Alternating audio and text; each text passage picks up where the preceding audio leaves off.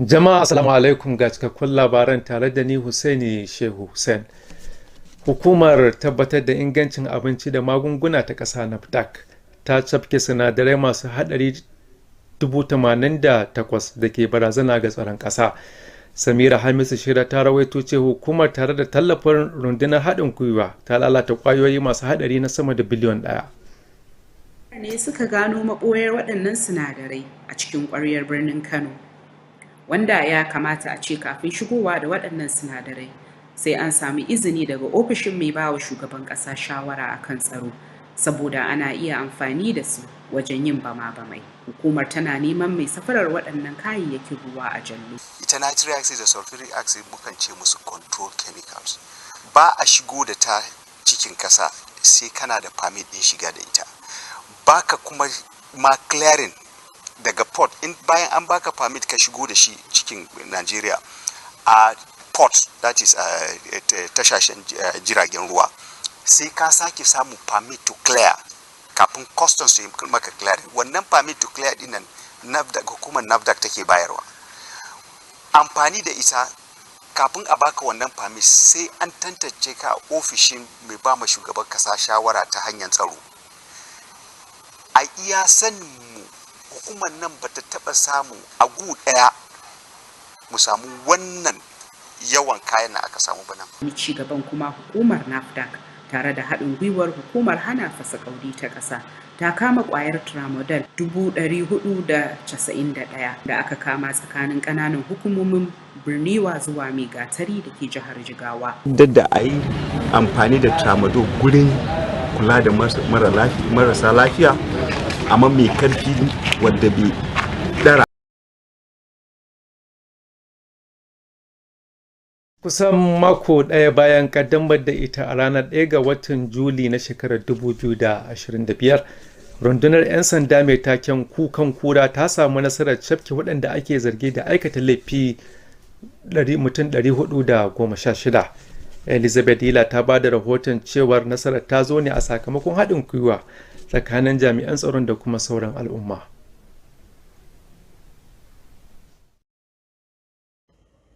An tsara Operation Kukan Kura a matsayin haɗin gwiwa tsakanin jami'an tsaro da al'umma domin daƙile laifuka masu tsanani irin su fashi da makami, garkuwa da mutane da safarar miyagun ƙwayoyi, musamman a cikin birnin Kano da yankunan da ke makwabtaka da shi, ta hanyar karfafa haɗin kai da al'umma. Kamar da mutane suka sani, ita kura ta kan kuka ta afka mutum ta kama shi.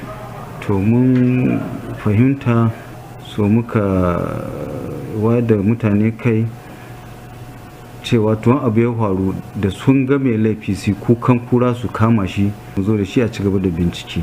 Rundunar ta haɗa kai da shugabannin kasuwanni da unguwanni, tana amfani da bayanan sirri da ake kawowa bisa tsarin buɗe kofa domin gano da kuma kama masu laifi.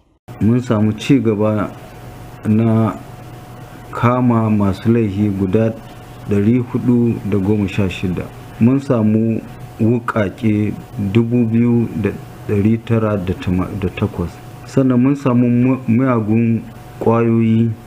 Abubuwan da muka kama kuma suke hannu, mun samu motoci da aka sata muka kwato guda 7, a daidaita sahu guda 10, babura guda 17. A wani yunkuri na hanzarta shari'a, kwamishinan 'yan sanda ya kai ziyarar girmamawa ga babbar alkalin jihar Kano mai shari'a DJ Aboki, wadda ta bayyana cikakken goyon bayan kotun ga shirin, ciki har da kafa wata kotu ta musamman domin hanzarta gurfanar da 'yan daba da masu satar waya. Yayin da adadin abubuwan da aka kwato da waɗanda aka kama ke ƙaruwa, hukumomi na cewa wannan aiki ya bayyana karfin haɗin gwiwar jama'a wajen hana aikata laifi, tare da isar da sako mai ƙarfi ga masu barazana ga zaman lafiya da tsaron rayuwar mazauna Kano. Elizabeth Lamido, labarin NTA. Tuhume-tuhumen maita al'amari ne da ke ci gaba da kawo rudani da ke jawo tsangwama da kaskantar da wanda ake jingina wa tuhumar a cikin rayuwar zamantakewa.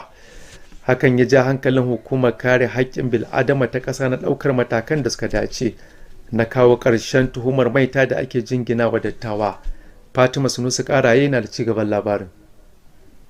Maita wata aƙida ce da ta jima tana rayuwa a cikin al'ummomi tun zamanin da, a inda take cike da tsoro, duhu da jahilci. Abin takaici, wannan tsohuwar aƙida har yanzu tana haddasa mummunan ɗabi'o'i da take haƙƙin mutane da ba su da galihu. Wannan irin labari mai taɓa zuciya shine na wani mutum da aka zargi mahaifiyarsa da maita ba tare da wani bincike ko sahihin shaida ba, a inda aka yi mata dukan tsiya har ta ce gagarin kunan. Wasu mutane suka yi wa mahaifiyarmu zargi cewa ta kama yarsu ita mai ya ce, shine suka bi ta gona suka je suka ɗauko ta a babur suka kawo ta gidansu suka ci zarafinta ta hanyar yi mata tsirara da daddatsa ta da adda da karaya masu yawa a jikinta.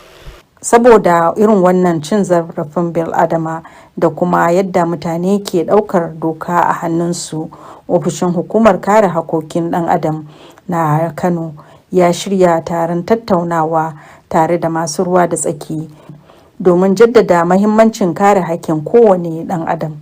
Mun sani matsala ta maita matsala ce da aka daɗe da ita a cikin al'umma, kuma ya kamata amma mu sani cewa duk da yake al'umma ta yarda da cewa akwai maita, to amma akwai abubuwa da suke tattare da wanda ake zarginsa da maitan nan, saboda akwai danne masa haƙƙi da yawa da yake faruwa.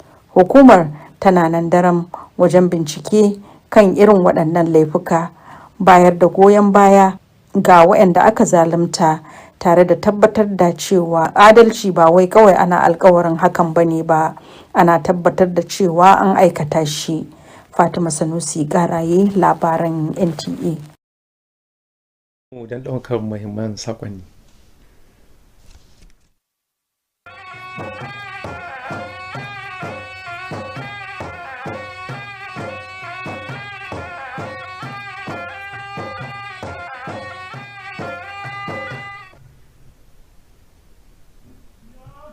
Barka da warhaka, yanzu shirin zai ɗora. Magidanta sun fara darawa a yayin da farashin kayan miya da sauran dangoginsu suka fara sauka bayan tashin goron zabi a watannin baya. Yohannes Hassan Barau ta shaida haka ne a yayin da ta ziyarci kasuwar 'yan kaba.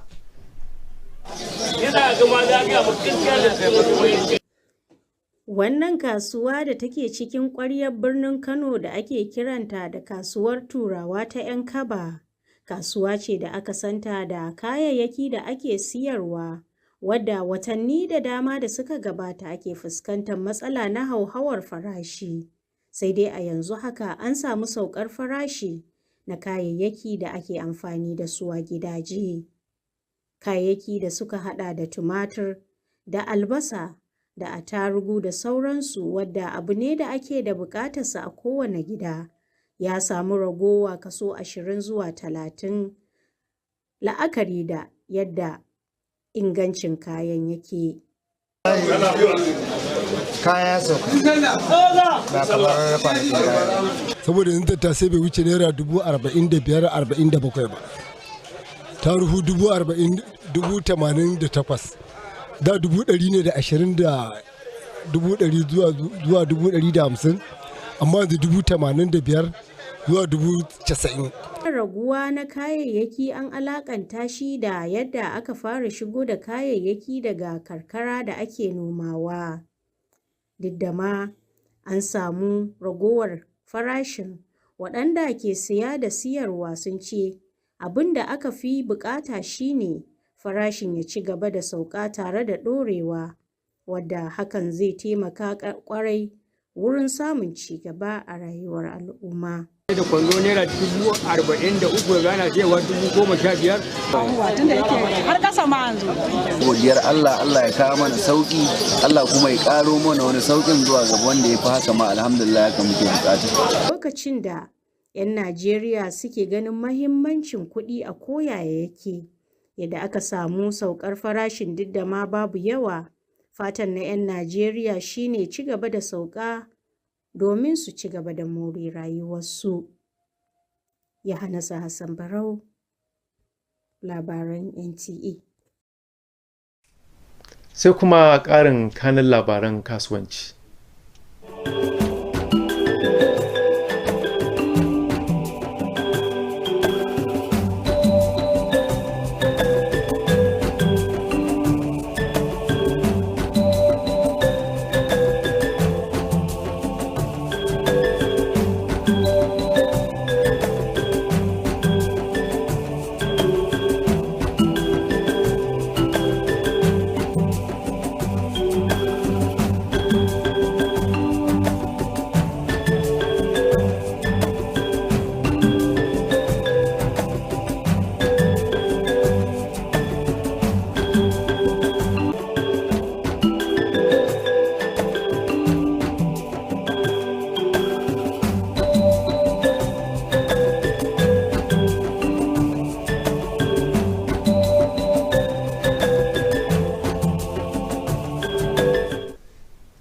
To yanzu kuma labaran zai kai ziyara duniyar masana harkokin wasanni.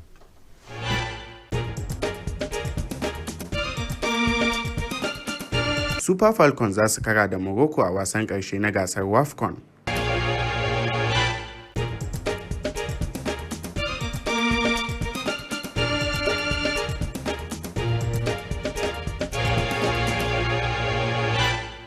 An dakatar da mai tsaron ragar Super Eagles Okoye na wata 2 saboda yin caca ba bisa doka ba.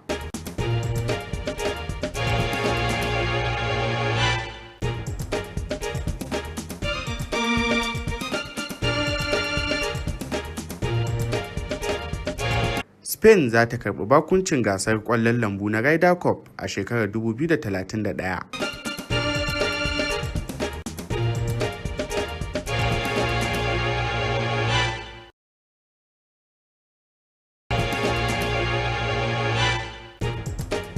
Venus Williams ta zama tsohuwar 'yar wasa mafi dadewa da ta lashe gasar tennis na WTA tun shekarar 2004.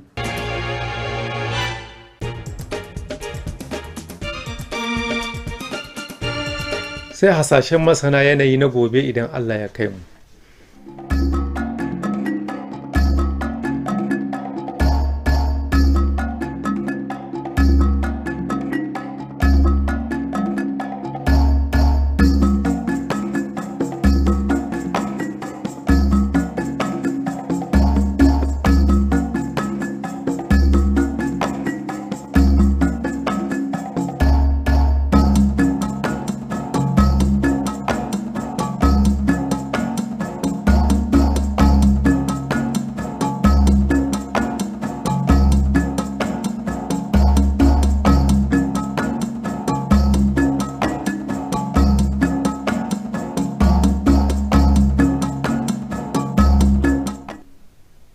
To kafin mu sallama ga sakon masana, ana shawartar iyaye da sanin inda 'ya'yansu suke a koda yaushe, domin hakan zai taimaka wajen hana su shiga hannun ɓata gari kamar masu garkuwa da mutane, haɗuwa da hatsari, ɓata da dai sauransu.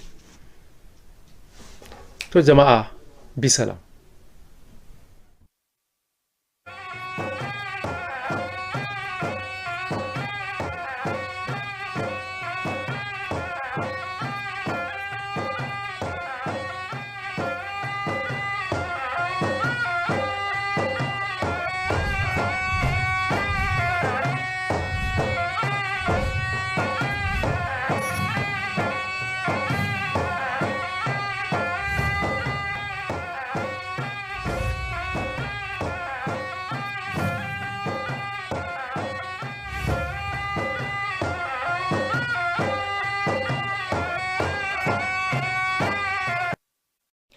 A very good evening and thank you for joining us. This is Nta Kano News. I am Wani Muhammad Talba. As part of its mandate to regulate and control the importation and use of restricted products, the National Agency for Food and Drug Administration and Control NAFDAC has confiscated 88,000 liters of concentrated nitric and sulfuric acids, substances considered a threat to national security. Samira Hamizashira reports that the agency, in a joint operation, also destroyed hard drugs worth over 1 billion naira. The warehouse was discovered after an undercover operation by NAFDAC officials. Permission from the Office of the National Security Advisor is required to import, clear, and distribute these chemicals, as they are a major ingredient in producing improvised explosive devices. The agency is searching for the alleged owner of the consignment. Acids are controlled chemicals. They are not to be handled by anybody, just anybody. Before you bring this in, you're supposed to have permit to import. You have to have permit to clear. In fact, you even need clearance from National Security Advisor, NSA of this country, for you to bring these kind of things in. It is because these chemicals, as you see here, are used to manufacture explosives. In a separate operation with the Nigerian Customs Service, NAFDAC confiscated and destroyed 491 tablets of tramadol. They were intercepted at Benua Battery axis, coming from the Niger Republic. In line with international best practices for the destruction of pharmaceutical products, our agency has invited you to witness this destruction exercise using an incinerator. This operation demonstrates excellent interagency collaboration and strategic partnership aimed at strengthening control measures and curbing the menace of illicit.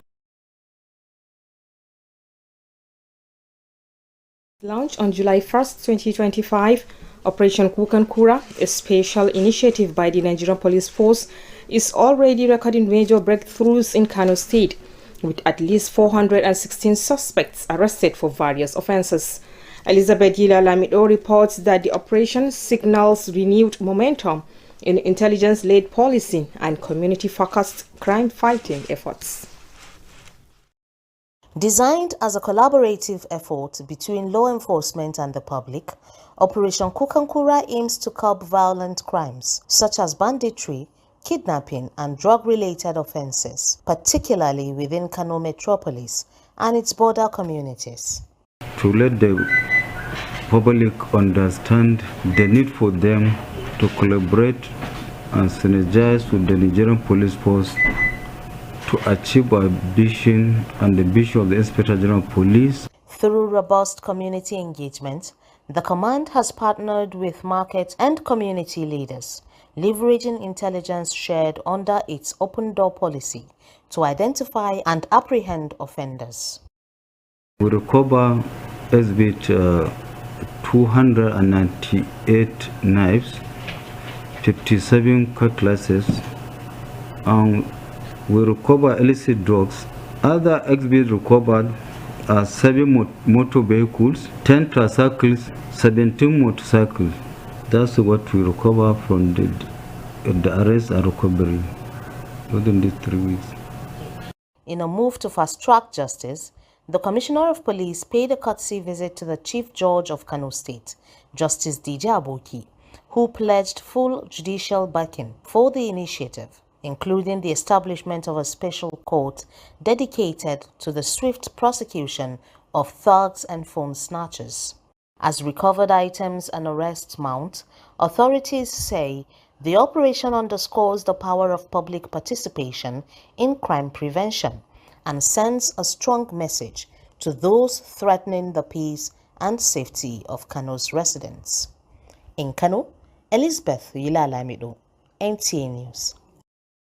Witchcraft accusations continue to threaten the lives and dignity of innocent people across communities in Nigeria. In Kano, the National Human Rights Commission is raising alarm over the rising cases of abuse linked to alleged witchcraft, especially against the elderly. Fatima Sunusik Araye tells us more on this report. Witchcraft is a belief system that has lingered in our communities since time immemorial, often shrouded in fear, misery, and ignorance. Sadly, this age-old belief continues to fuel harmful practices against vulnerable individuals, leading to violations of fundamental human rights. One such heartbreaking case is that of a man whose elderly mother was accused of being a witch without any evidence or legal process.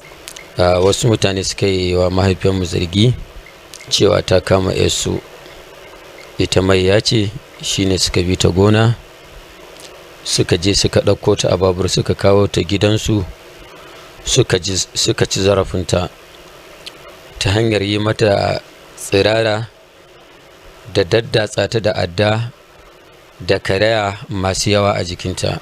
It is in response to such human rights abuses and the alarming trend of people taking the law into their own hands that the National Human Rights Commission Kano office organized a roundtable discussion bringing stakeholders together to spotlight the urgent need to protect the rights of all citizens. That the issue of alleged witchcraft is a gross violation of human rights, which include fundamental, because there is issue of stigmatization and discrimination, and of course other non-justiciable rights, because most of the victims can be denied access to various forms of livelihood.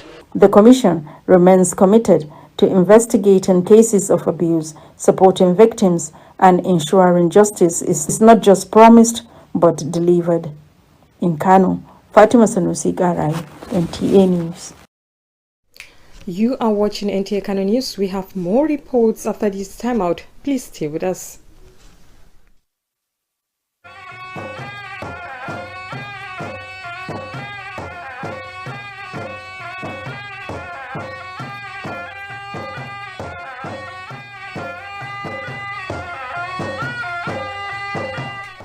Thanks for being there. And now to business news. Households are beginning to heave a sigh of relief following a slight drop in the prices of perishable commodities. A welcome change after months of biting hardships for the average house Nigeria. Johannes Hassan Barrow visited the Nkaba perishable markets and now reports. Heart of Kano, bustling commercial district lies Nkaba Market, a well-known hub for perishable items. For months, residents have groaned under the weight of rising prices, but now there is a flicker of relief, a slight but a noticeable drop in the prices of key perishable commodities. Items like tomatoes, onions, pepper, essentials in every household have seen a decrease of about 20 to 30%, depending on the quantity and quality. So the okra is okay now, but pepper still add money small, but it's okay. Compared to 2 months ago, the prices are a bit fair. This is largely attributed to improved harvest from surrounding rural areas. Though the relief is welcomed, traders and buyers alike remain conscious. They say sustainability will depend on continued farm productivity, transport stability, and government support. At a time when every naira counts, even a small drop in prices bring big hope to ordinary Nigerians. In Kano, Johannes Hassan Barrow, NTA News. Up next is the business update.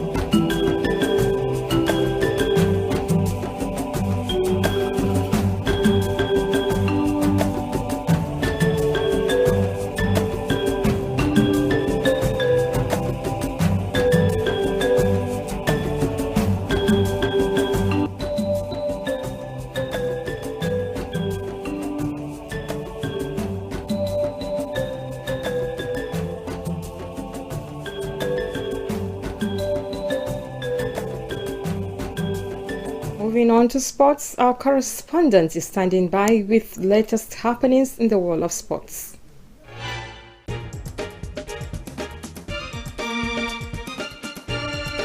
Super Falcons to battle Morocco in WAFCON final.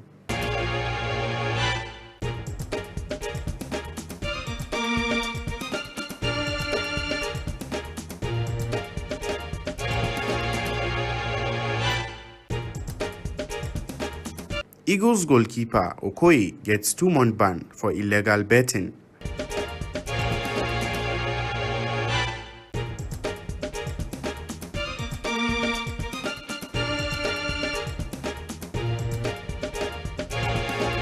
Spain to host Ryder Cup for second time in 2031.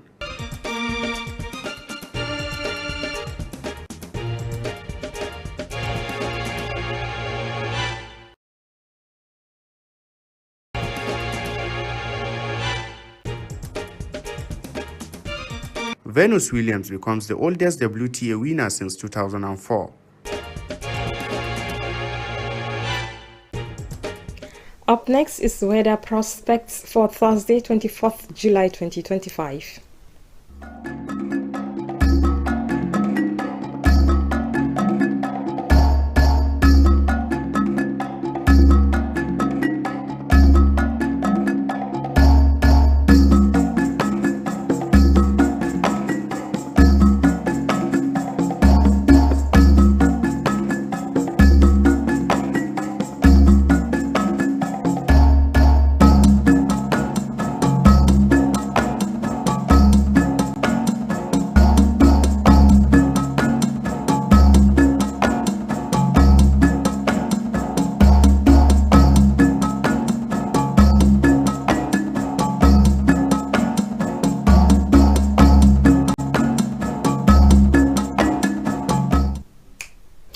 And to end the news, here is a quick reminder. Parents are encouraged to always know their children's whereabouts to ensure their safety. This helps prevent dangers like kidnapping, accidents, or getting lost.